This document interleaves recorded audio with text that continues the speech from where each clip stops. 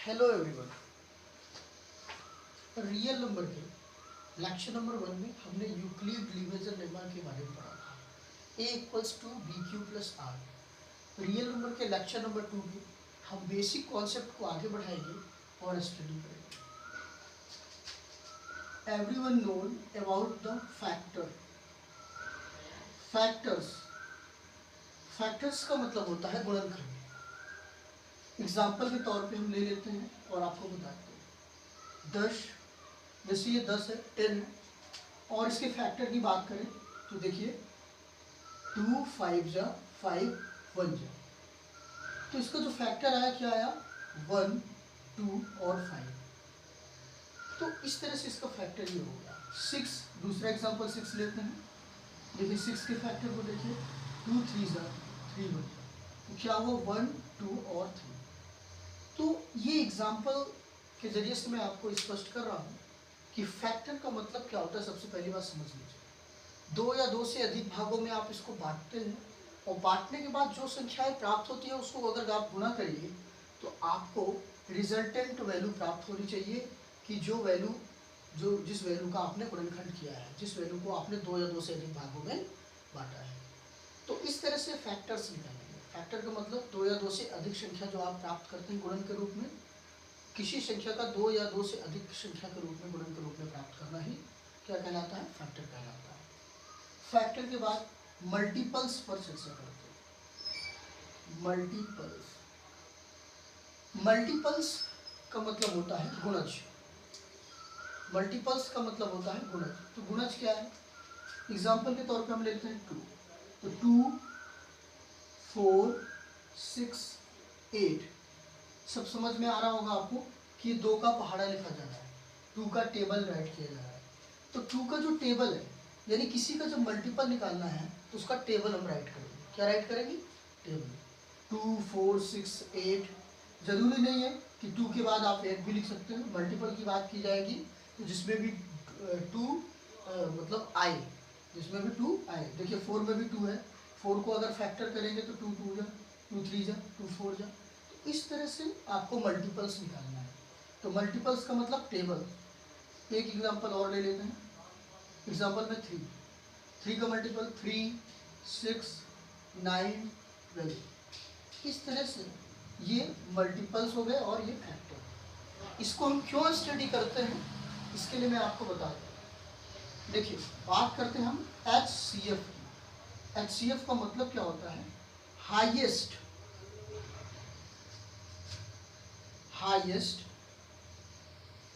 Common factor, जिसे आप लोग माशापा भी कहते हैं, हाईएस्ट कॉमन फैक्टर। तो जैसे एग्जांपल के तौर पे आपको मैं दे दूं 10 और 12, इसका आपको HCF निकालना है। तो सबसे पहले हाईएस्ट कॉमन फैक्टर, यहाँ पे देखिए फैक्टर है, ये आपको फैक्टर्स पढ़ाए गए। तो 10 के फैक्टर की बात की जाएगी तो देखिए फैक्टर ऑफ 10 की बात की जाएगी तो देखिए 10 का फैक्टर क्या होगा, 2 5 जा 5 1 जा, 2 5 1 के साथ आप लिख सकते हैं। इसके बाद देखिए एंड फैक्टर ऑफ 12, 12 के फैक्टर की बात की जाए इसी तरह से आप लोग निकाल लेंगे। देखिए 2 6 जा 2 3 जा 3 1 जा, क्या मिला 1 2 2 3। अब देखिए यहाँ पे हमने लिखा है हाईएस्ट कॉमन फैक्टर, तो क्या मिल रहा है, ऐसा क्या है जो कॉमन है, ऐसा क्या है जो कॉमन है। देखिए केवल 2 ही कॉमन है, केवल क्या कॉमन है 2। तो इसका HCF क्या हो जाएगा, HCF ऑफ 10 एंड 12। बहुत लोग कह सकते हैं 1, तो 1 भी आप लिख सकते हैं। तो 1 मल्टीप्लाई 2 करेंगे आप, क्या करेंगे 1 भी अगर लेना चाहें तो ले सकते हैं। 1 मल्टीप्लाई 2 तो क्या हो जाएगा 2। तो इस तरह से HCF इसका निकल के आ गया 2। सभी को समझ में आ गया। तो HCF ज्ञात करने के लिए फैक्टर्स की आवश्यकता होती है, इसलिए सबसे पहले हम फैक्टर पढ़ते हैं और फैक्टर के बाद हाईएस्ट कॉमन फैक्टर। इसके बाद बात करते हैं LCM की। LCM का मतलब क्या होता है, लोवेस्ट कॉमन मल्टीपल,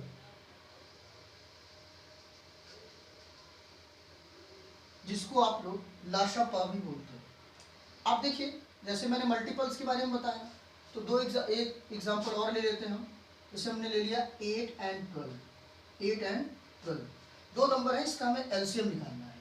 तो हम मल्टीपल का कैसे यूज करेंगे? 8 का देखिए टेबल सभी को पता है, 8, 16, 24, 32, ये 8 का टेबल है।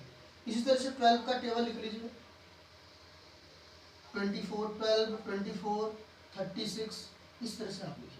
अब देखिए लॉवेस्ट कॉमन मल्टीपल, ठीक है, तो लॉवेस्ट न्यूनतम। अब देखिए न्यूनतम ऐसा क्या है जो मिल रहा है, देखिए इनके टेबल में क्या ऐसा है जो मिल रहा है, तो देखिए ये 24 क्या नजर आया, 24। तो इसलिए इसका जो LCM of 8 and 12 equals to क्या हो गया, 24। सबको समझ में आ गया? बहुत ही आसान है, बहुत टफ नहीं है। देखिए सबसे पहले आपको हमने फैक्टर बताया। फैक्टर निकालने के लिए किसी भी संख्या का मल्टीपल के रूप में, गुणन के रूप में, किसी भी संख्या का गुणा के रूप में हम 2 या 2 से अधिक भाग करते हैं। देखिए ये 5 दूनी 10 जैसे। इसके बाद देखिए 6 का भी हमने मल्टीपल निकाला, मतलब गुणा के रूप में हमने निकाला, गुणा के रूप में किया। उसके बाद जो भी संख्याएं प्राप्त होती है वो फैक्टर है। मल्टीपल की बात करते हैं तो सीधी सी बात टेबल समझ लीजिए आप। और उसके बाद फैक्टर का यूज HCF में है, और मल्टीपल्स का यूज है, मल्टीपल्स का जो यूज है वो किस में है, LCM में है। थर्ड क्वेश्चन ऐसा है जो आपका जो है HCF से रिलेटिव है। एक्सरसाइज नंबर 1.1 का जो थर्ड नंबर क्वेश्चन है वो है HCF से रिलेटिव, उसको मैं बताऊंगा। बाकी सारे यूक्लिड डिवीजन लेमा से क्वेश्चन सॉल्व हो जाएंगे। तो अब हम एक्सरसाइज की ओर जाएंगे, तो इसको सबसे पहले इसकी स्क्रीनशॉट लेंगे।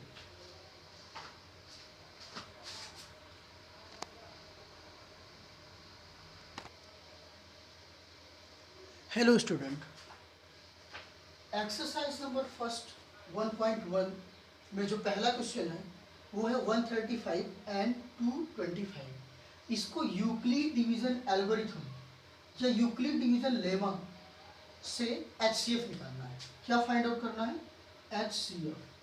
इसी तरह से 3 क्वेश्चन हैं 1.1 का first question, second question, third question.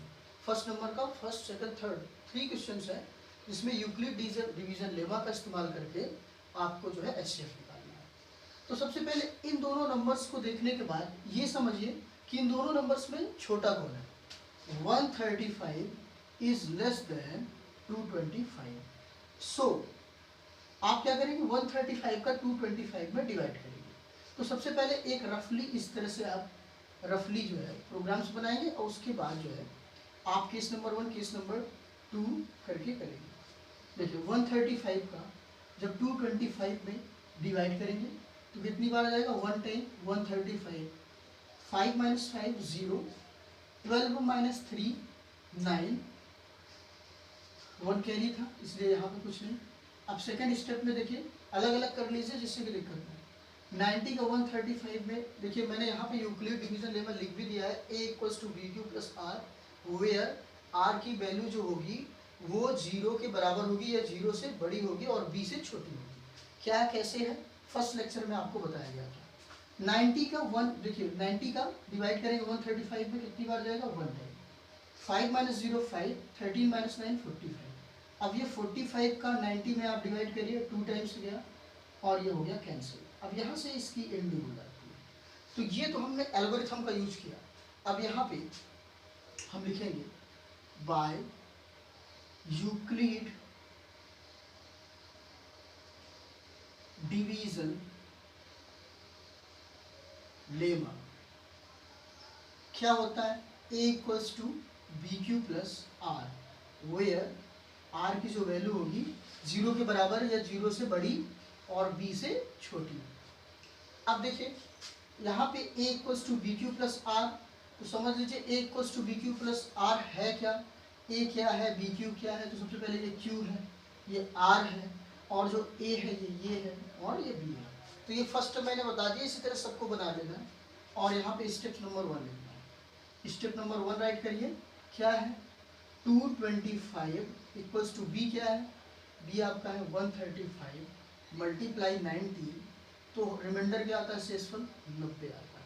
फिर इसको उठाइए स्टेप नंबर 2 पे। स्टेप नंबर 2 पे 135 को ऐसे रखिए। अब देखिए ये 135 क्या था, 135 क्या था, डिवाइजर था। तो डिवाइजर को हम हर टाइम लेंगे, लास्ट डिवाइजर को फिर से लेंगे, ठीक। 135 यहाँ पे देखिए 90 लिखा है, 90 का टेबल कितनी बार, 1 टाइम पढ़ने पर क्या रिमाइंडर आ रहा है 45। फिर से देखिए ये डिवाइजर है, इसको हमने यहाँ पे लिखा स्टेप नंबर 3 पे।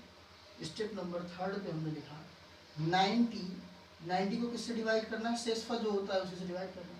तो इसमें कितनी बार गया, 2 बार। तो क्या आ गया, शेषफल 0 आ गया, ठीक। ये लास्ट वाला स्टेप हमने लिखा, स्टेप नंबर 1, 2 और 3। ये एल्गोरिथम है और ये लेमा के अकॉर्डिंग यूज किया गया है। अब देखिए लास्ट डिवाइजर या रीसेंट डिवाइजर। रीसेंट डिवाइजर क्या है, 45 एक ऐसा डिवाइजर है जो एट लास्ट इसको पूरी तरह से काट देता है, जिसके मतलब डिवाइड कर देता है, जिसके कारण ये रिमाइंडर शेषफल जो है 0 हो जाता है। सो 45 इज अ HCF ऑफ कितने का, 135 एंड 225। तो इसलिए हम इजिली कह सकते हैं कि जो 45 है, 45 है, जो रिसेंट, देखिए रिसेंट डिवाइजर जो होगा, रिसेंट लास्ट में जिसके कारण 0 बचेगा, 0 बचेगा, वही इसका क्या हो जाएगा, HCF होगा। इसको नोट कर लीजिए। इसी तरह से किसी में 3 स्टेप्स हैं, किसी में 4 स्टेप्स भी हो सकते हैं, 5 स्टेप्स भी हो सकते हैं, इस तरह से 6 स्टेप भी हो सकता है, किसी में 2 ही स्टेप्स में क्वेश्चन सॉल्व हो जाएगा। तो आपको इजीली सॉल्व करना है 1.1 का 1 पॉइंट मतलब पहले का first question, second question, third question करना है। इसके बाद हम बात करते हैं सेकंड क्वेश्चन पे। तो सबसे पहले इसकी स्क्रीनशॉट ले लीजिए आप।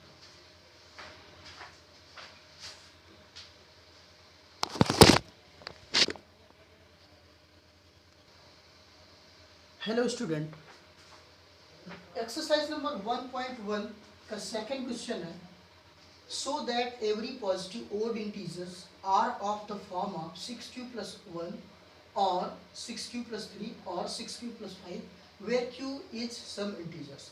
कह रहा है कि दिखाना है, आपको व्यक्त करना है कि जो इंटीजर्स हैं वो हमेशा 6q plus 1, 6q plus 3 या 6q plus 5 के रूप में होंगे जब q कोई एक पूर्णांक होगा, q कोई एक पूर्णांक होगा।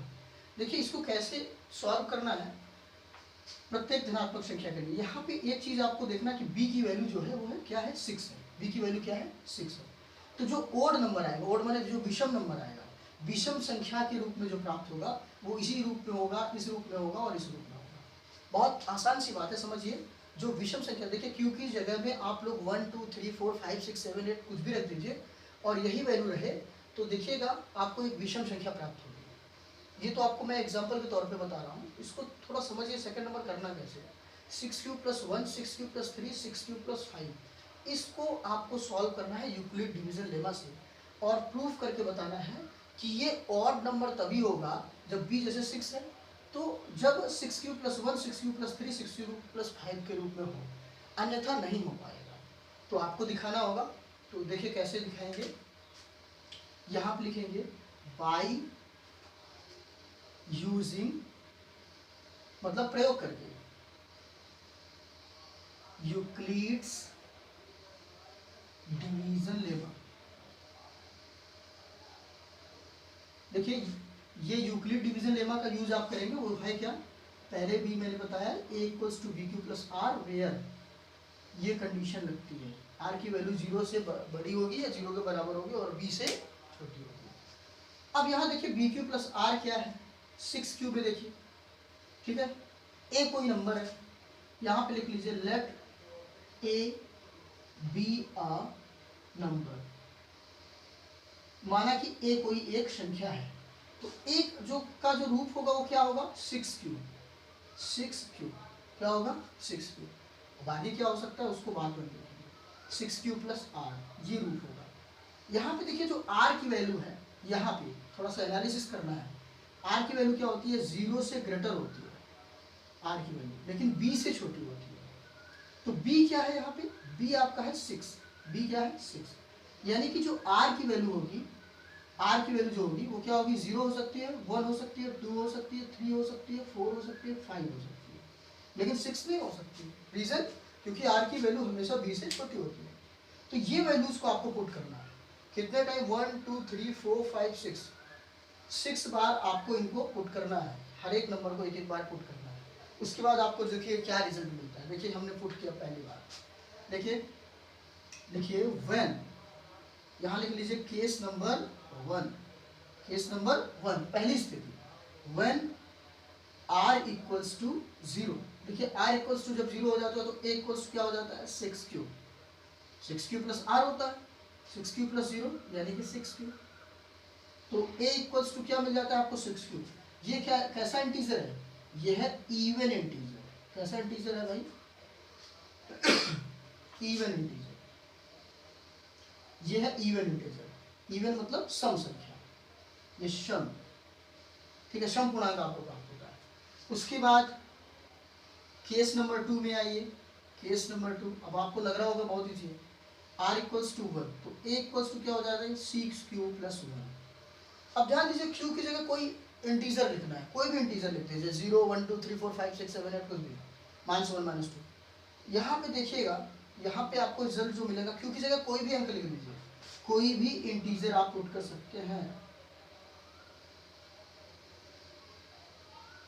कोई भी इंटीजर पुट कर दीजिए और देखेंगे आप कि विषम संख्या ही प्राप्त होगी। तो यहाँ पे देखिए ये 6q प्लस 1, यहाँ पे कुछ भी कॉमन नहीं हो रहा, तो क्या है, ऑड इंटीजर। कैसा इंटीजर है, ऑड, एक विषम पूर्णांक है, ऑड इंटीजर, ठीक है। तो देखिए केस नंबर 2 हो गया। उसके बाद इसी तरह से केस नंबर 3, केस नंबर 3 में क्या पूछे रखेंगे आप, r इक्वल्स टू 2, तो a equals to 6q plus 1 2, sorry यहाँ पे देखिए 2 क्या हो गया कॉमन, जब 2 कॉमन हो गया तो यहाँ क्या बचा 3q प्लस 1। अब ये देखिए ये पूरी क्वांटिटी क्या है, ऑड है कि इवन, तो ये है इवन। क्या प्राप्त हो रहा है आपको, इवन इंटीजर। कैसा इंटीजर मिल रहा है आपको, इवन इंटीजर। देखिए 2 से अगर डिवाइड करेंगे, इसमें 2 से डिवाइड करेंगे कैंसिल हो जाएगा, इसलिए क्या है, क्योंकि इसमें 2 आ रहा है गुणन के रूप में, इसलिए इवन इंटीजर। इसके बाद केस नंबर 3 ले लीजिए, case number sorry 4, case number जब 4 लेते हैं आप, तो देखिए केस नंबर 4 क्या लेंगे, 0 1 2 पुट कर चुके हैं आप, 3 पुट करेंगे, r इक्वल्स टू 3, तो a इक्वल्स टू देखिए 6q प्लस 3, इसमें भी देखिए 3 कॉमन है, तो क्या आया 2q प्लस 1। अब देखिए ये 3 है, 3 है, इसमें क्या कॉमन आपने क्या लिया 3, और अगर 3 रहता भी यहाँ पे q की जगह 1 2 3 4 रख के आप चेक भी कर सकते हैं कि ऑड है कि इवन, तो ये क्या हो जाएगा, ऑड इंटीजर। कैसा इंटीजर हो जाएगा, ऑड इंटीजर। कैसे, क्यों ऑड इंटीजर हो गया, क्योंकि इसका मल्टीपल 3 है। आप कहेंगे 2 भी है, लेकिन 2 इसमें नहीं, ठीक। इसके बाद केस नंबर देखिए 5, केस नंबर 5 में r इक्वल्स टू आप क्या पुट करेंगे 4, r इक्वल्स टू जब 4 पुट करते हैं तो देखिए 6q प्लस 4, तो यहाँ पे देखिए क्या कॉमन है इन दोनों में, 2 कॉमन है, तो 2 3 जा, और यहाँ पे क्या आ गया 2। आप देखिए 2 2 जा 4, यहाँ पे देखिए ये जो 2 है ये क्या है, एक सम संख्या है, इसलिए आप क्या लिखेंगे यहाँ पे, ये इवन है, यानी कि सम इंटीजर है, सम पूर्णांक है। इसके बाद देखिए केस नंबर 6, केस नंबर क्या है 6, r इक्वल्स टू आप क्या पुट करेंगे 5, तो a इक्वल्स टू क्या हो जाएगा 6q प्लस 5। अब देखिए इसमें कुछ कॉमन है, कुछ भी कॉमन नहीं है, तो ये क्या हो गया, ऑड इंटीजर। क्या हो गया, ऑड इंटीजर। अब देखिए ध्यान दीजिए इसमें कौन कौन सा ऑड इंटीजर है, देखिए एक ऑड इंटीजर ये है, एक ऑड इंटीजर ये है, एक ऑड इंटीजर ये है, बाकी तो कोई ऑड इंटीजर नहीं मिला। तो आपको ये फाइनली मिल गया कि जो भी नंबर्स होंगे अगर 6q टिक के टर्म में है, 6q के टर्म में कोई नंबर्स है तो उसमें हमेशा 1 3 लास्ट में 1 होगा या 3 होगा या 5 होगा, इस प्रारूप में, इस रूप में प्राप्त होंगे, तभी वह क्या होगा, एक ऑड इंटीजर के रूप में होगा, इसी रूप में प्राप्त होगा। ये प्रूफ आपने कर दिया केस नंबर 1 से, केस नंबर 4 से और केस नंबर 6 से, कि जो भी ऑड इंटीजर 6q के रूप में होंगे वो हमेशा 6q plus 1 6q plus 3 6q plus 5 के रूप में ही प्राप्त होंगे, ठीक है। फ्रॉम यहाँ पे आप लिख सकते हैं केस नंबर, कौन कौन सा केस है, केस नंबर आपका है सेकंड, फिर आपका क्या है 4th, and case number 6, every यही पूरे क्वेश्चंस को आपको नोट करना है। Positive odd integer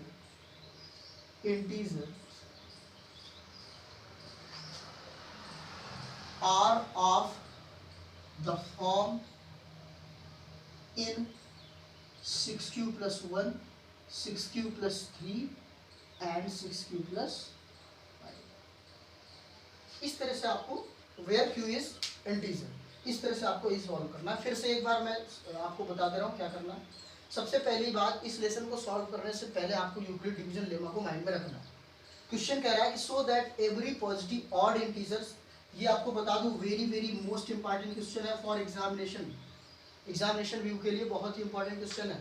solve that every positive odd integer are of the form of this. अब देखिए इसमें क्या करना है, by using Euclid division lemma. Euclid division lemma ये होता है जहाँ पे a equals to B Q plus R, where R की वैल्यू 0 से बड़ी होगी या 0 के इक्वल होगी, जहाँ b से छोटी होगी। b क्या है, r क्या है, आपको पता है। a equals to 6q plus, जब r आप लेते हैं a equals to 6q plus r, तो r की जो वैल्यू है वो क्या होनी चाहिए, b से छोटी होनी चाहिए। b क्या है यहाँ पे 6, तो r की वैल्यू क्या होगी, 0 होगी, 1 होगी, 2 होगी, 3 होगी, 4 होगी, 5।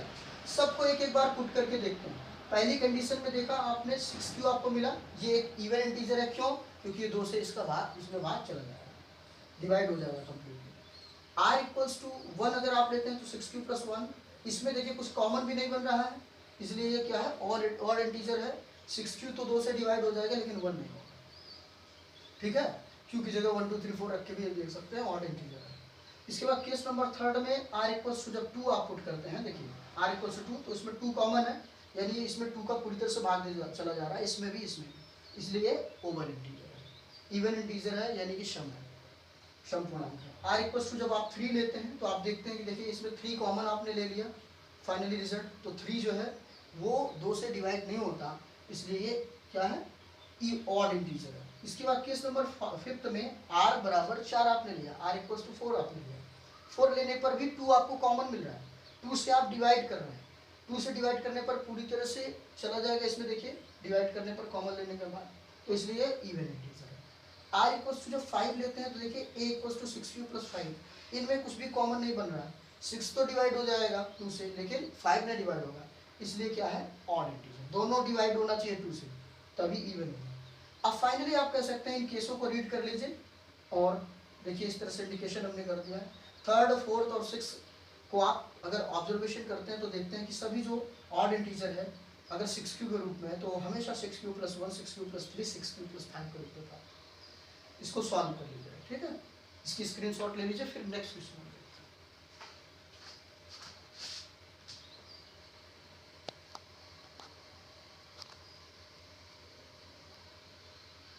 हेलो स्टूडेंट, क्वेश्चन नंबर 3 है, एनी आर्मी, देखिए contingents of 616 members in to march behind any army band of 32 members is in a parade. देखिए इसके बाद लिखा है कि देखिए एक आर्मी है जिसमें, मैं बुक्स से आपको रीड करके बता दे रहा हूँ, क्वेश्चन बड़ा है, आप लोग देख सकते हैं।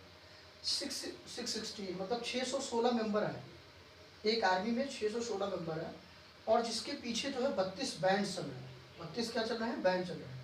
आपको इस तरह से एडजस्ट करना है, मैं क्वेश्चन की समरी बता रहा हूँ, इस तरह से एडजस्ट करना है कि maximum number of column in they can march, कि मार्च में मैक्सिमम नंबर जो है हो सके। मतलब जैसे ये 32 है तो 32 को 616 के पीछे लगाया जाएगा, तो किस तरह से इनका एडजस्टमेंट किया जा सके कि अधिकतम देखिए क्वेश्चन में है, आप क्वेश्चन के अकॉर्डिंग करेंगे, maximum number of column in which they can march, जिससे कि मार्च में अधिकतम मतलब ज़्यादा से ज़्यादा लोग जो है पार्टिसिपेट कर सकें, मेंबर्स, ठीक है। ये आर्मी के मेंबर हैं और इतने बैंड हैं, तो मैक्सिमम नंबर ऑफ मेंबर्स कैसे हो सकते हैं, तो इसके लिए आप देखिए जब भी मैक्सिमम नंबर्स की बात किया करेगा तब आप सोचेंगे किसके बारे में, HCF के बारे में, इसके बारे में सोचेंगे HCF। जितना बड़ा वास्तव में ये क्वेश्चन है उससे छोटा इसका आंसर है, तो HCF के बारे में बात करेंगे, इसके बारे में बात करेंगे HCF। फिर से आप लिखेंगे वही, bye using Euclid division lemma. वैसे तो आप इजली आप 616 एंड 32 का वैसे भी आप HCF आसानी से निकाल सकते हो, लेकिन थोड़ा सा इसमें यूज करना पड़ेगा। कौन बड़ा है बताइए? 616 इज ग्रेटर देन 32, इसलिए आप क्या करेंगे? 32 का डिवाइड करेंगे किसमें? 616। अच्छा, यूजिन यूक्लिड डिवीजन लेमा आपने लिख दिया है तो उसको लिख दीजिए है क्या? A equals to B Q plus R, where R is, इसको हमेशा लिखना है, याद रखिए। आर की जो वैल्यू है 0 के इक्वल रहेगी या 0 से बड़ी रहेगी और b से लेस रहेगी। तो ये अब 32 का जो है इसमें डिवीजन करिए, कितनी बार जा रहा है? यानी कि 32 का आपको इसमें क्या करना है? अब देखिए 32 का जब डिवीजन करेंगे तो कितने टाइम जाएगा? 1 टाइम। तो यहाँ आ गया आपका 32। उसके बाद देखिए ये रफ वर्क होगा, इसको यहाँ पे आप शो नहीं करेंगे, यहाँ पे केवल इतना राइट करना है। आपको ए पता चल गया 668 और बी की कंडीशन अभी टर्न हो रही है, 32 में किसकी मल्टीप्लाई करेंगे? अब देखिए 11 माइनस 2 कितना होता है? 9। 11 माइनस 2 कितना होता है? 9। और यहाँ बचा 5। 5 माइनस 3 कितना होता है? 2। अब ये कितने टाइम्स जाएगा? 9 टाइम जाएगा। 9 2 जा 18, 9 3 जा 27, तो 27 1 कितना हो गया? 18। 9 2 जा 18, 9 3 जा 27। 16 माइनस 8 कितना होता है? 8। 16 माइनस 8 कितना होता है? 8। और यहाँ कितना बचा? कुछ नहीं।